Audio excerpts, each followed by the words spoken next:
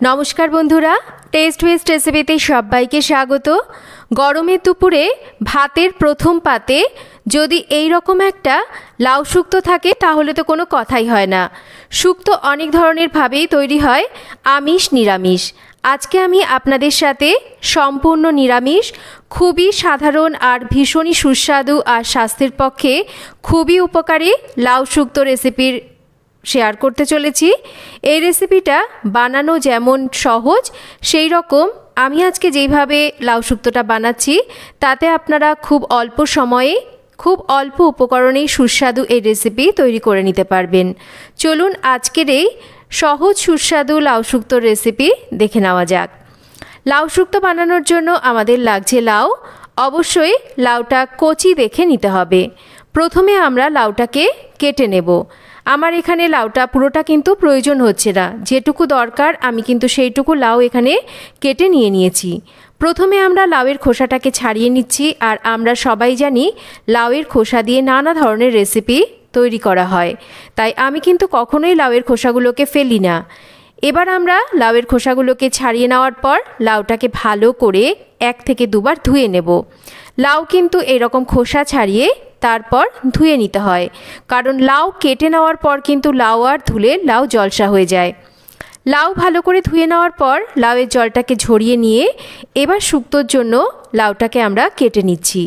দেখুন যেই রকম আমরা লাউ ঘন্টর জন্য লাউ কাটি আমি কিন্তু ঠিক সেই রকম করেই লাউ শুক্তোর জন্য লাউটাকে কেটে নিচ্ছি। আপনারা চাইলে নিজেদের পছন্দ মতন অন্যরকম টুকরো করেও কিন্তু অবশ্যই লাউটাকে কেটে নিতে পারেন।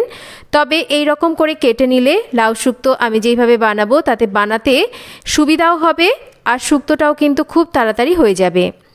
লাউ কেটে নিয়েছি, আমি লাউটাকে প্রেসার কুকারে সেদ্ধ করব। তার জন্য প্রেসার কুকারে হাফ বাটি মতন জল দিয়ে দিচ্ছি এখানে কেটে নেওয়া লাউয়ের টুকরোগুলো। খুব সামান্য একটু লবণ দিচ্ছি। এই সময় কিন্তু লবণের পরিমাণটা অল্প দিতে হবে, না হলে লবণ কাটা হয়ে যাবে। একটা সিটি দিয়ে লাউটাকে সেদ্ধ করে নিয়েছি। এইভাবে যদি লাউটাকে আমরা একটু সেদ্ধ করে নিয়ে রান্না করি তাহলে কিন্তু শুক্তো বানাতে আমাদের সময়টা অনেকটা কম লাগবে। দেখুন এবার আমরা শুক্তোটা রান্না করব। তার জন্য তেল গরম করে নেব। খুব অল্প তেলেই কিন্তু রান্নাটা করে নেওয়া যায়, খুব বেশি তেল দেওয়ার কিন্তু একদমই প্রয়োজন নেই। তেল গরম হলে কয়েকটা বড়ি আমি ভেজে নিচ্ছি। আমি বিউলির ডালের বড়ি ভাজছি, আপনারা চাইলে এখানে মটর ডালের বড়িও কিন্তু অবশ্যই ব্যবহার করতে পারেন। বড়ি ভেজে তুলে নেওয়ার পর ফোড়নে দেব একটা শুকনো লঙ্কা আর এখানে দেব একটু সর্ষে। আমি ফোড়নটাকে একটু ভেজে নিয়েছি। দিয়ে দেব এখানে বেশ খানিকটা গ্রেট করে নেওয়া আদা। আপনারা চাইলে আদাটাকে একটু বেটে নিয়েও কিন্তু অবশ্যই দিতে পারেন। আদাটাকে একটু ভেজে নেওয়ার পর 1 চিমটি হলুদ দেব। খুব বেশি হলুদ দিলে লাউ শুক্তোর রঙটা কিন্তু নষ্ট হয়ে যাবে, তাই হলুদের পরিমাণটা কিন্তু একেবারেই না বরাবর দিতে হবে। এবার সেদ্ধ করে নেওয়া লাউটাকে জলসহ ঢেলে দেব। দিয়ে দেব একই সাথে ভেজে নেওয়া বড়িগুলো, কারণ বড়িগুলোও আমাদের একটু সেদ্ধ করতে হবে, তাই এই সময় বড়িগুলো দিয়ে দিলে বড়িটাও কিন্তু ভালো করে সেদ্ধ হবে।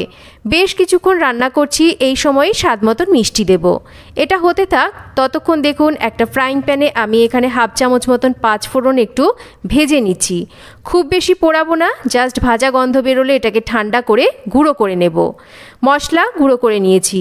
এদিকে লাউ শুক্তোটাও কিন্তু বেশ কিছুক্ষণ আমি রান্না করে নিয়েছি। এটা প্রায় হয়ে এসছে। সামান্য করে স্বাদ মতন একটু মিষ্টি দিচ্ছি। আর যে ভেজে গুঁড়ো করে নেওয়া 5 ফোড়নের গুঁড়ো সেটাকেও কিন্তু এই সময় আমাদের শুক্তোর মধ্যে দিয়ে দিতে হবে। এতে করে এই লাউ শুক্তোর মধ্যে দারুণ সুন্দর একটা ফ্লেভার আসবে। এবার আমরা নাড়াচাড়া করে লাউ শুক্তোটাকে আরও মিনিট 2 রান্না করে নেব। শুক্তো কিন্তু অনেক ধরনের হয়, আমি আগেই বলেছি আমিষ হয়, নিরামিষ হয়, তাছাড়া তেতো দিয়েও হয়, আবার তেতো ছাড়া এই রকমও কিন্তু শুক্তো রান্না করা যায়। তো আজকে আমি আপনাদের সাথে তেতো ছাড়াই লাউ শুক্তোর রেসিপিটা শেয়ার করেছি। খুবই স্বাস্থ্যকর আর ভীষণই সুস্বাদু একটা রেসিপি। এইভাবে আপনারা গরমের দুপুরে প্রথম পাতে একবার লাউ শুক্তো বানিয়ে খেয়ে দেখতে পারেন। তবে অবশ্যই খেয়াল রাখবেন লাউটা যেন খুব কচি হয়। দেখুন শুক্তো আমার একদম রেডি। আমি এবার এটাকে নাবিয়ে সার্ভ করব। তো কেমন লাগলো আজকের এই খুব সাধারণ কিন্তু ভীষণই সুস্বাদু আর সহজ একটা লাউ শুক্তোর রেসিপি একটা কমেন্ট করে জানাবেন। আর রেসিপি ভালো লাগলে আপনারাও বাড়িতে রেসিপিটা একবার বানিয়ে দেখতে পারেন।